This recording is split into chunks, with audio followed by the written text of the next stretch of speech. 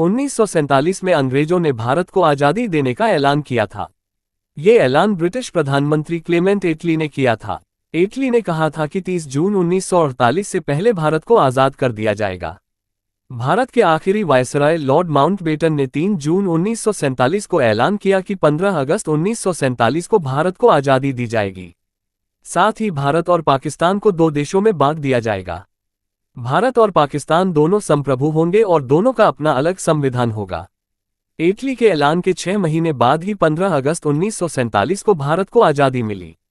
भारत की आज़ादी से एक दिन पहले यानी 14 अगस्त 1947 को पाकिस्तान का नए देश के रूप में जन्म हुआ था। साइमन कमीशन के साथ भारत आए थे एटली। भारत की आज़ादी की घोषणा करने वाले ब्रिटिश पीएम क्लेमेंट एटली 1928 में भारत आने वाले साइमन कमीशन का हिस्सा थे। एटली उस समय सांसद थे। भारत में कानूनी सुधारों के लिए बने इस साइमन कमीशन में किसी भारतीय के न होने से देश में इसका जमकर विरोध हुआ था। साइमन कमीशन में शामिल रहे यही एटली आगे चलकर ब्रिटेन के प्रधानमंत्री बने।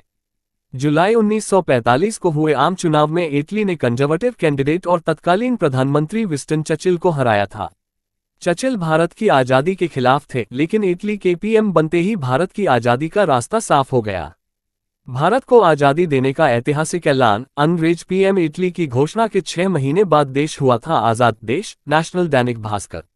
आज ही के दिन 1947 में अंग्रेजों ने भारत को आज़ादी देने का ऐलान किया था। ये ऐलान ब्रिटिश प्रधानमंत्री क्लेमेंट एटली ने किया था। एटली ने कहा था कि 30 जून 1948 से पहले भारत को आज़ाद कर दिया जाएगा। भारत के आखिरी वायसराय लॉर्ड माउंटबेटन ने 3 जून 1947 को ऐलान किया कि 15 अगस्त 1947 को भारत को आज़ादी दी जाएगी। साथ ही भारत और पाकिस्तान को दो देशों में बांट दिया जाएगा। भारत और पाकिस्तान दोनों संप्रभु होंगे और दोनों का अपना अलग संविधान होगा। एटली के ऐलान के 6 महीने बाद ही 15 अगस्त 1947 को भारत को आज़ादी मिली। भारत की आज़ादी से एक दिन पहले यानी 14 अगस्त 1947 को पाकिस्तान का नए देश के रूप में जन्म हुआ था। साइमन कमीशन के साथ भारत आए थे एटली। भारत की आज़ादी की घोषणा करने वाले ब्रिटिश पीएम क्लेमेंट एटली 1928 में भारत आने वाले साइमन कमीशन का हिस्सा थे। एटली उस समय सांसद थे। भारत में कानूनी सुधारों के लिए बने इस साइमन कमीशन में किसी भारतीय के न होने से देश में इसका जमकर विरोध हुआ था। साइमन कमीशन में शामिल रहे यही एटली आगे चलकर ब्रिटेन के प्रधानमंत्री बने। जुलाई 1945 को हुए आम चुनाव में एटली ने कंजर्वेटिव कैंडिडेट और तत्कालीन प्रधानमंत्री विंस्टन चर्चिल को हराया था। चर्चिल भारत की आज़ादी के खिलाफ थे, लेकिन एटली के पीएम बनते ही भारत की आज़ादी का रास्ता साफ हो गया। क्लेमेंट एटली भारत की आज़ादी के विरोधी रहे विंस्टन चर्चिल को हराकर पीएम बने थे। दैनिक भास्कर। क्लेमेंट एटली भारत की आज़ादी के विरोधी रहे विंस्टन चर्चिल को हराकर पीएम बने थे। इंडिया इंडिपेंडेंट एक्ट 1947 में थी भारत की आज़ादी की योजना। लॉर्ड माउंटबेटन ने 3 जून 1947 को भारत की आज़ादी और भारत पाकिस्तान बंटवारे की योजना पेश की थी। इसे माउंटबेटन प्लान के नाम से जाना जाता है। इसी प्लान के आधार पर 18 जुलाई 1947 को ब्रिटिश संसद ने इंडिया इंडिपेंडेंस एक्ट पास किया था, जिसमें भारत की आज़ादी और बंटवारे की पूरी योजना थी।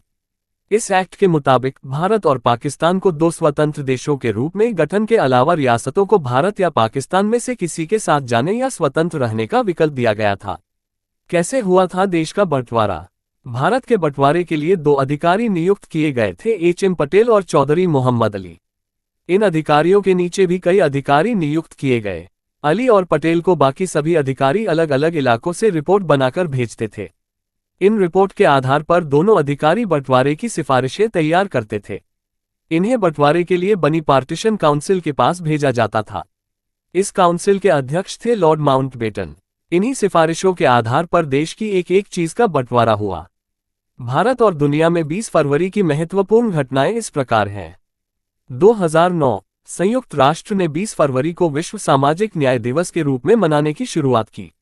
1988 बॉलीवुड एक्ट्रेस जिया खान का जन्म हुआ। गजनी, निशब्द और हाउसफुल फिल्म में नजर आई जिया की जून 2013 में मौत हो गई। 1987 अरुणाचल प्रदेश और मिजोरम राज्य के रूप में अस्तित्व में आए। 1986 सोवियत संघ ने मीर अंतरिक्ष केंद्र लॉन्च किया। यह अब तक का दुनिया का सबसे बड़ा अंतरिक्ष केंद्र था। 1983 असम में होने वाली विधानसभा चुनाव से पहले व्यापक पैमाने पर हिंसा हुई। इस हिंसा में 600 लोगों की मौत भी हुई। 1976 भारतीय क्रिकेटर रोहन गावस्कर का जन्म हुआ। 1962 जॉन एच ग्लेन अमेरिका के प्रथम अंतरिक्ष यात्री बने। प्रोजेक्ट मर्करी के लिए नासा द्वारा चुने गए 7 लोगों में ग्लेन सबसे उम्रदराज थे। 1950 स्वतंत्रता सेनानी शरद चंद्र बोस का निधन। शरद चंद्र देश के महान स्वतंत्रता सेनानी नेताजी सुभाष चंद्र बोस के बड़े भाई थे। 1947 लॉर्ड माउंटबेटन भारत के आखिरी वायसराय बनाए गए। 1846 सोब्रॉन के युद्ध में सिखों की हार के बाद अंग्रेजों ने लाहौर पर कब्जा कर लिया। 1835 स्टूडेंट्स के एडमिशन के साथ कोलकाता मेडिकल कॉलेज की शुरुआत हुई। इस कॉलेज की स्थापना 28 जनवरी 1835 को हुई थी।